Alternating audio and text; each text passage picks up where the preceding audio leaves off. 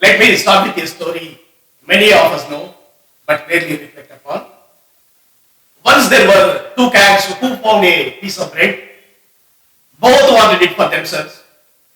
And soon they began arguing over who deserved a better share.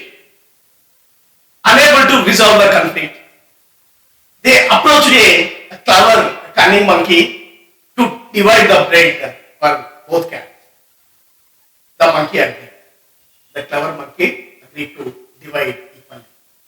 But instead of helping, it kept breaking the bread into unequal parts, eating a bit each time to balance the portion.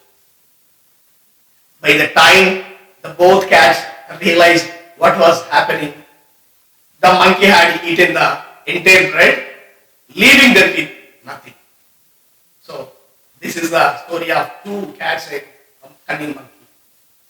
This story reminds us what we as Dalits risk becoming when we allow ourselves to be divided. For generations, we fought together for dignity, equality, and justice. We have stood as one, demanding our rightful share of opportunities, respect, guided by the constitution that is given to us by our Baba Sahib Ambedkar. But unfortunately, what is happening today? Today, a dangerous game is being played with us. The forces that oppose our progress, they are acting like that clever cunning monkey. They are dividing us into subcastes. They are making us fight over the same bread of reservation benefits. And while we argue among ourselves, they slowly, the team of cunning monkey, they slowly weaken the very foundation of our unity, taking away the opportunities, they are taking away the power, everything that we have fought so hard to achieve. So, when all Dalits are standing together, fighting unitedly for dignity, equality, basic rights, education, jobs, social empowerment, political empowerment, as envisioned by Baba Sahib Ambedkar in our constitution, a new game of divide and rule is being played. So, just when we are close to claiming what is rightfully ours, the politics of division, it is sowing seeds of distrust among us. Right-wing forces, with their calculated chess move, they are playing chess with us.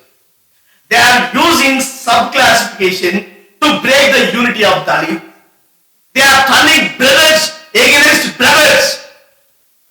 If we fail to see or if we fail to understand the long-term consequences of these political manuals and we allow ourselves to be blinded by egos or narrow self-interest, we risk losing everything we have fought for over generations. Subclassification may seem like a solution on the surface, but it is a trap. Actually, we are in a trap. It is a trap that threatens to weaken our collective strength and push us further away from the dream of equality and justice. The subclassification of scheduled caste, it has been presented as a tool for achieving greater equality within the marginalized groups. It is absolutely right.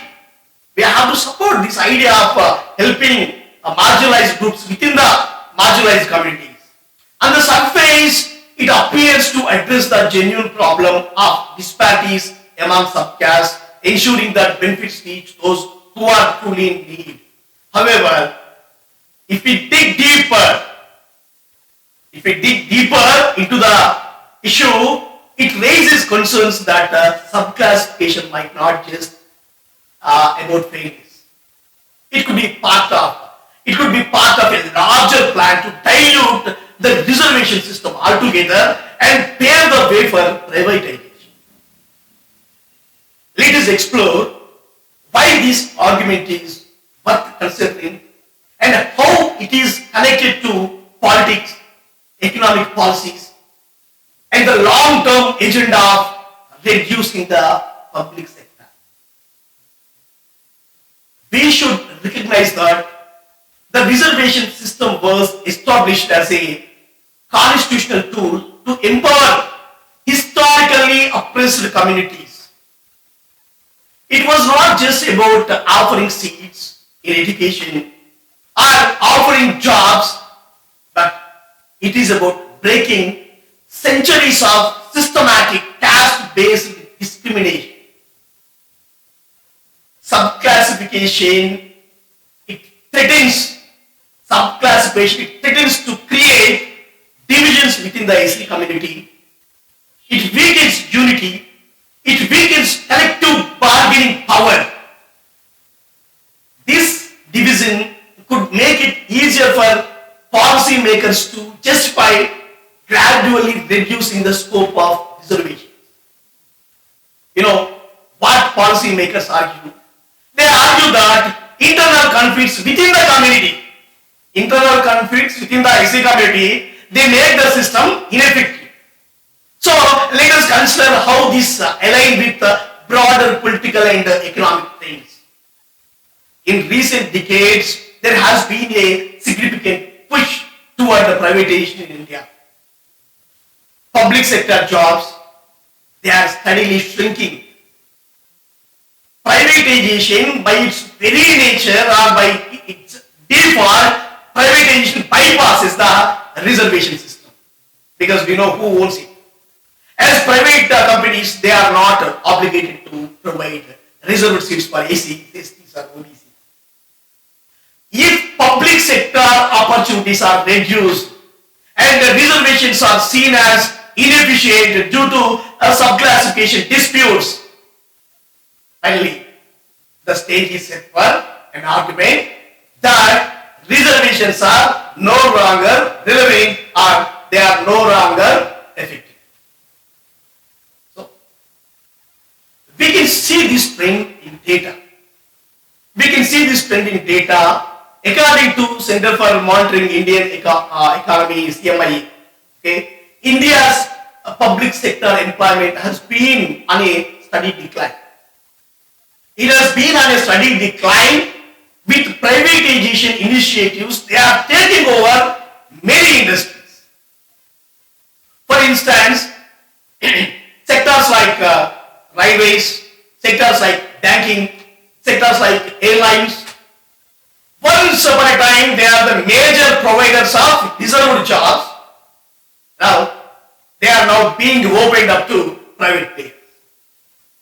So, privatization coupled with the dilution of reservations through subclassification, it could create a situation where marginalized communities find themselves with fewer opportunities in both the public and private sector. So, politically, subclassification offers an easy way to pit one subcaste against another. It distracts attention from the larger issue of shrinking opportunities, shrinking government jobs, shrinking of public sector. For example, if one subcaste accuses another of monopolizing reservation benefits, so instead of focusing on shrinking the jobs, the focus shifts to internal conflicts within the ST community instead of fighting for that shrinking jobs. So this not only weakens the collective strength of the SCs, but also it creates a narrative that reservations are divisive rather than unifying. Politicians, they will use this division to justify reducing the scope of reservations altogether. They claim that these politicians, they claim that they create more conflict than truth. Okay? So, take the example of the creamy layer debate. While it is true that some individuals within the SC category, they have achieved upward mobility. The introduction of the creamy layer concept foresees it risks excluding deserving individuals who still face caste-based discrimination. All those who are fighting for subclassification, they will forego reservation benefits if creamy layer applied. Especially those who are fighting for the same subclassification. Once this principle is applied, it could be extended further. It won't stop with creamy layer. It extended further, gradually reducing the number of people eligible for reservations. This plays directly into the hands of those who argue that reservations are no longer needed, setting the stage for their eventual dissolution. A look at global trends. It also supports this argument. In many countries, neoliberal economic policies, they have been accompanied by a reduction in affirmative action programs. Privatization is often justified. Privatization is often justified as a means to increase efficiency, but it also conveniently sidesteps obligations to marginalized groups. It could serve as a stepping stone for this larger agenda. It weakens the moral and constitutional basis of reservations and making it easier to argue for the removal, the reservations removal in the long term. So, examples from Indian politics show how this could unfold. Consider the recent push for privatization in the education sector. Private universities which are not bound by reservation policies, they are increasingly becoming the primary providers of higher education. If subclassification reduces the effectiveness of reservations in public universities, it could lead to a situation where private institutions dominate the education landscape. It leaves SCs, it leaves STs, and it leaves OBCs. It leaves them with limited access to affordable education. Similarly, in the corporate sector, where there are no mandatory reservation policies, the absence of public sector jobs, it means that marginalized communities are left with fewer opportunities. If subclassification further reduces their access to public sector jobs, the transition to privatized economy, it will leave them even more vulnerable. This would essentially undermine the progress made over decades of affirmative action, pushing marginalized groups further into economic and social insecurity. Even the judiciary's role in this matter must be viewed critically. While the Supreme Court's endorsement of subclassification is intended to ensure fairness, it also opens the doors to greater complexity and disputes.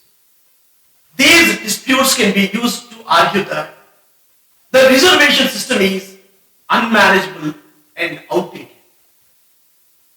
If this narrative gains traction or if this narrative gains momentum, it could lead to broader societal acceptance of the idea that reservation should be phased out altogether.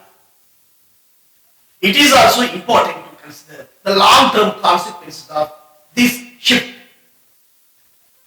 If reservations are gradually diluted or removed, it could lead to a resurgence.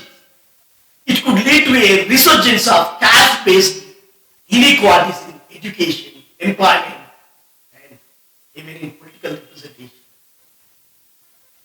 Marginalized communities, they could lose the limited opportunities they currently have to break free from the systematic oppression. Privatization without safeguards for inclusivity. This privatization has the capability to deepen existing inequalities. This privatization can create a society where the privileged people, they continue to dominate and the marginalized are left behind. There is also the risk of political misuse. A risk of political misuse of subclassification. Political parties might see this as an opportunity to manipulate caste divisions for electoral gains. Instead of addressing real inequalities, these decisions could be influenced by vote bank politics. It leaves the true purpose of reservations behind. Such arbitrary decisions driven by political motives, it could make the process less transparent and more biased. Another challenge, it lies in the practical implementation of this subclassification. It requires detailed studies, it requires comprehensive surveys, it requires data collection, to identify which subcastes are most disadvantaged. This process demands administrative efficiency and political will, both of which are often lacking. So, without accurate data and a fair process, errors can occur. It leads to disputes and it leads to further alienating a certain subcaste within the community. The very idea of reservations was introduced to combat the rigid caste system or this right-wing system, but dividing SCs into subcategories. It might unintentionally reinforce these divisions. Instead of moving toward a society free of caste-based discrimination, this step could push us further into the trap of categorizing people based on caste. It may also lead to resentment and conflict within SC communities, as some subcastes might feel sidelined while others receive greater benefits. The socio-economic conditions of SCs vary greatly from one state to another. What works in Andhra Pradesh might not be suitable for Uttar Pradesh or Madhya Pradesh, maybe Telangana.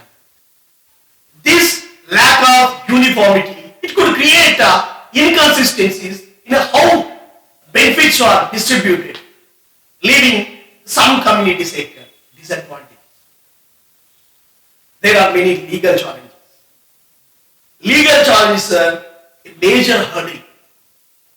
Subclassification involves subjective criteria that might lead to disputes,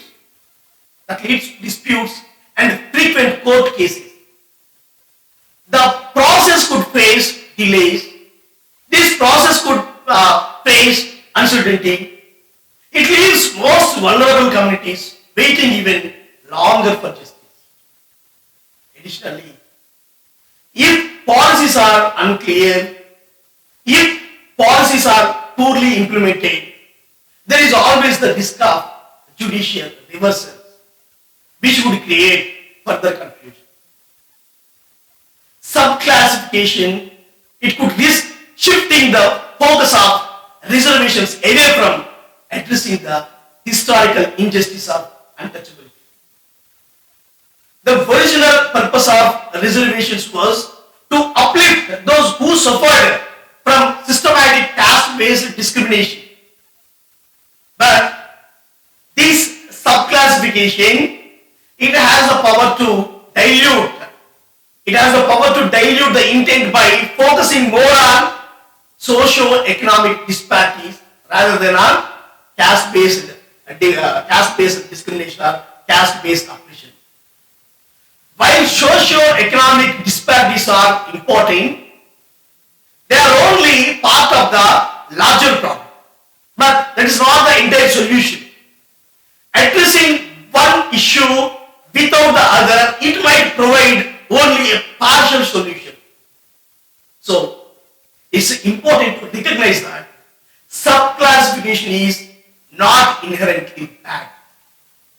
It is a state that aims to bring fairness and equality to reservation policies, ensuring that the most disadvantaged within the SC are not left behind. It's great on surface, but it is also a trap. It is also a state that must be taken carefully. Policymakers must ensure that it does not divide communities, it does not weaken unity, or it does not create new forms of inequality. Instead, it must be implemented transparently.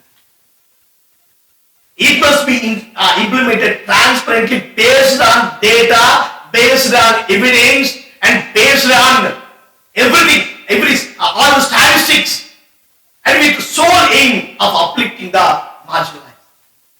If we approach subclassification with caution, integrity, and deep commitment to justice, it has the potential to refine and strengthen our reservation system. But if it is mishandled,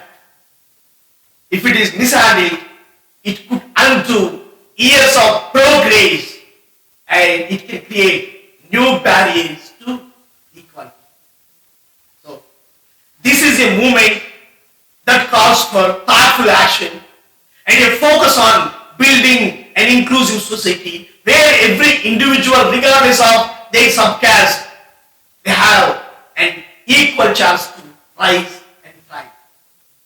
As we approach the issue of caste subclassification, it is crucial to recognize that this is not just a matter of policy, but one of fairness and justice for the most marginalized. This cannot be treated as a fragmented state level issue. It demands national attention. And it demands a unified action. It demands a national action. The discussions must take place in both parliament and state assemblies, where the merits and demerits of this subclassification can be debated transparently. Only through open dialogue and collective planning, we can chart a roadmap that ensures the benefits of reservations. It reaches all subcastes equally and effectively. If implemented recklessly, this subclassification, it could divide communities, it weakens unity, it creates new forms of inequality. Then we have to again pray for the rebirth of Baba Sahib Ambedkar. So we must ensure that this policy lifts everyone up and does not push anyone further down. As we think about subclassification, let us remind ourselves that the goal of social justice is not only just about dividing resources, but about uniting people. True progress will come when we find ways to lift every individual without tearing anyone apart. We must remain vigilant. Ensuring that subclassification serves as a tool for empowerment, not exploitation. Only then we can move closer to a society that is fair, that is inclusive, and that is free from the shadows of caste. In these times, when themselves come so far in their united struggle for dignity, struggle for rights, struggle for justice, so a long journey, 70 years of long journey, we must not allow subclassification to be used as a tool to divide us. The forces that seek to weaken our unity, they know that their power lies in our division. So, Baba Sahib has a vision. His vision was not just about legal rights. It was about building a society where Dalits rise together. Breaking the chains of caste, breaking the chains of oppression as one fraternity. If we allow ourselves to be distracted by internal conflicts and manipulated by political agendas, we risk undoing decades of progress and falling into the trap of disunity. We must remember that our strength lies in standing together, not as divided. So, as a united force with a shared vision of equality and empowerment, the chessboard of politics, they may try to make us pawns, but we have the power to see. We have the power to see through these tactics and protect the legacy of justice and freedom that Ambedkar fought for us. Let us stay vigilant, united, and focused on the larger goals. We have to focus on the larger goals. We have to ensure that no political maneuver can ever derail our march towards dignity, towards true justice. The future of our community depends on this long-term goal.